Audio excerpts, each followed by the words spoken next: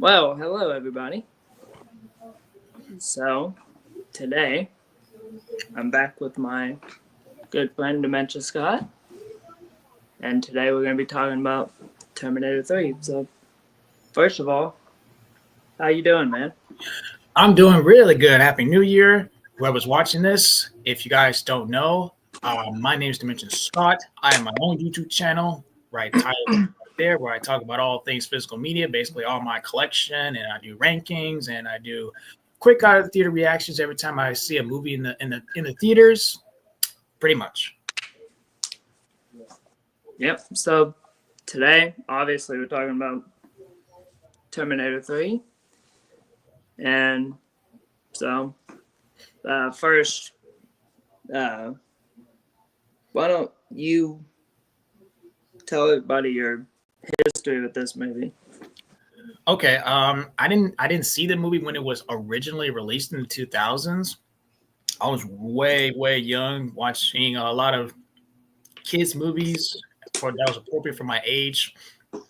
My family was not allowing me to watch gun violence, so I did not know about this movie until Terminator: Dark Fate was getting released, and so I wanted to go back and watch all these movies back to back.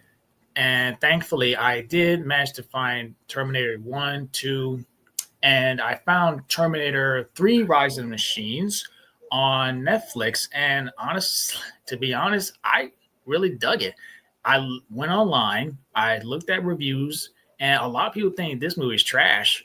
People say it's a mediocre sequel. People think it's just a rehash of Terminator 2, a new protector and a new villain, but it's more female.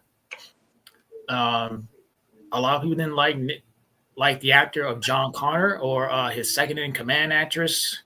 But to me, I really think it's fun. Don't really understand the hate. Yeah, I kind of have the same exact story with this movie. Obviously, this movie came out in 2003, and I was actually, funny enough, 3 years old when this movie came out. But I know some people are going to disagree with this, but I really don't think this movie's that bad either. I kind of like it. Um, so I guess. Uh,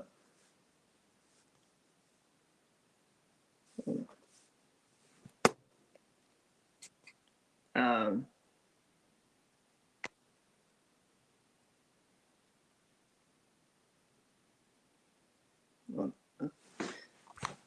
Sorry about that, guys. So, do you want to kind of talk about your positives with the film first? Well, my first positive is definitely the actress. I think her name is Christina Loken. She does a fabulous job as the evil killing machine called the TX from the future. I'll be like, if I saw her, I'd like, oh, look at you. I don't care if you want to kill me. I'll be by your side.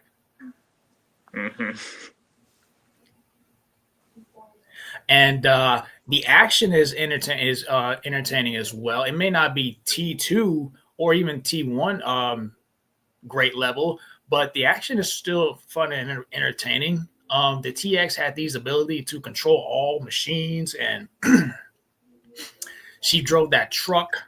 There was guns, and Arnold Schwarzenegger once again reprising his role, um, carrying all those weapons. He even carried a casket in the movie. That was a unique and fun.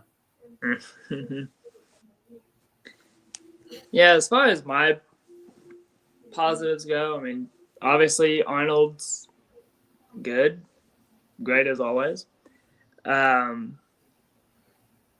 Obviously Edward Furlong doesn't come back in this one, but I do like the actor that they got to play him, but if I have to be honest, he's no Edward Furlong, but that's okay. The TX, I actually like her too. I think she's pretty cool. I think the action scenes in this one are good. Um, as far as negatives go, I don't think there's any negatives I have with the movie. You probably have. Are there any negatives that you have? Well, I have one thing that people I think are negative. I know people like to talk negative about, which is talk to the hand. Uh-huh. Isn't that funny, or does it question your head? I mean, I think it's funny, but when I first saw that they said that, I went, okay, what is? I don't get what that is, but that is kind of funny that they put that in there.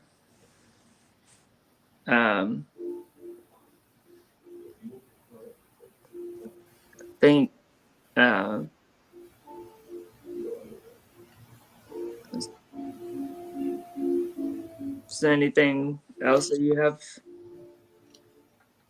Um, Maybe some of the noticeable CGI in this movie is noticeable. I wouldn't like I wouldn't say it is a better made kind of movie than its predecessors. If I were to, I would give it an A minus. Yeah, I'll probably give it an A too. Obviously, the direction is great. I'm not too familiar with the director, uh, but I think he did a great job directing the movie. Obviously, the story is great, or not great, but good. the The music is great. I like the music. Um,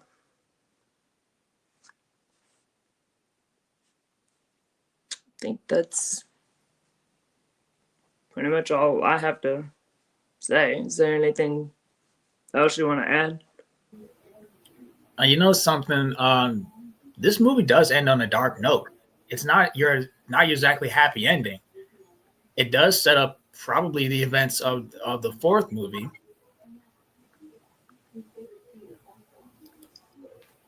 Yeah, I do think the this movie does end very dark, and it does set up Terminator Salvation, which we're going to talk about next. Which that's going to be fun because I have a lot of things to say about that movie. I'm one of the fewest people who's meh about that one. Yeah, I am too. But you guys will find that out whenever we review it.